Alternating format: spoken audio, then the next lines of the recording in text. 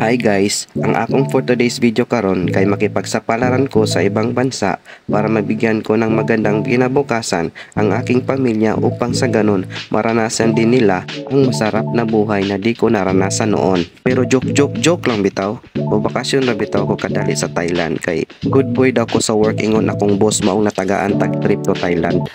Sana all. So mao to ni sulod na ko sa airport para makasakay na og airplane. Mao di ni ang Francisco Bangoy International Airport diri sa Davao City. Mag-check-in ako daan para tuloy-tuloy na ang proseso padulong Manila. Kaso nag-error ang screen kay international man day ang akong flight. So mao to ni diretso na kog pila sabay pa cute-cute sa kamera, sabay hatag sa passport, ticket og luggage. Then sakay na sa escalator padulong sa departure area. Airport sa Davao. So gihatag na nako ang boarding pass, nagpila sa airport scanner, naghulat og maayohon, nakatulog og hinulat, nag-video call sa asawa, natulog og balik, nakamata kay naglabad ang ulo sa kagutom, wa na bantayan ng oras na hapunan na lang wa paday paniudto.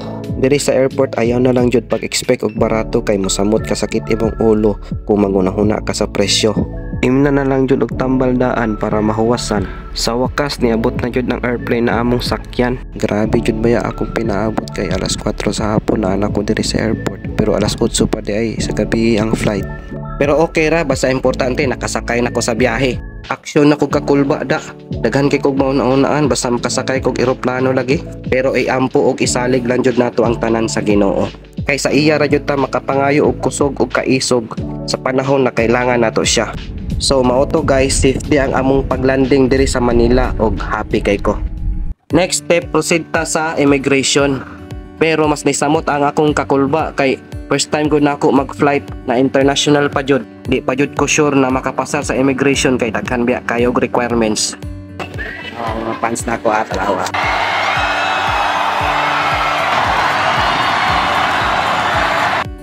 Muhatag day kog gamayng tips para makasulod mo sa immigration. Una, bawal ang kamera sa loob ng immigration office. If makita ninyo ni na store, it means nakapasar na mo sa immigration. Para makapasar sa immigration, dapat honest mo o di mo manikas. Kay out baya jud ng mga immigration officer. Og ayaw mo kabalaka kay mga Filipino raman po na imo makastorya. So, mao to sa sobrang ako kasayo, 8 hours pa ko maghulat sa kong flight padulong Thailand. Ay, kakapoy day magbiyahe no. Hi guys, di ko katulog kay masig matulog ko, di pa mo pukaw na ako. Pura isa dari sa kuano, pinakauna. Ako day ng flight, dari day ko magulat sa 115. Dari na lang ko magulat kay basig hindi to po sa unahan matulog. Kung basig di ko kabangon, di ko kamata kay basig lami itulog. Kulbaan ko basig mabiyaan ta sa airplane. Dapat sa Thailand ako matulog ani, walang tulogan. Tungod sa akong kadanghag na Monday sa gate 109 ang akong flight, bantog day way tao sa 115. Maayo na lang jud nag-text sa ako ang Cebu Pacific. Hi guys, nanako dali sa boarding house. Ay netag baktas. Ay salamat, naabtan pa na ako akong flight. Na-tense ko kadali da. Muntik nang mahapit. During sa akong flight na 2 ka oras ug tunga. Grabe jud akong na-feel tungod sa turbulence ba. Nangurog akong tuhod. Hasta pa yung lubaka sa clouds. Pero kaloy-an sa Ginoo safe gyapon among paglapag.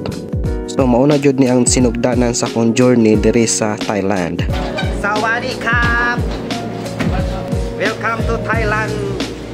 So diri ra sa tataman guys og makita-kita rata sa part 2 kay tagaan ta mo og tips kung asa magpa-exchange og currency from Philippine peso to Thai baht, magkuha og SIM card para namo internet og asa makasakay og train sa airport padulong sa inyong hotel or hostel. So kita-kita rata sa part 2. Salamat.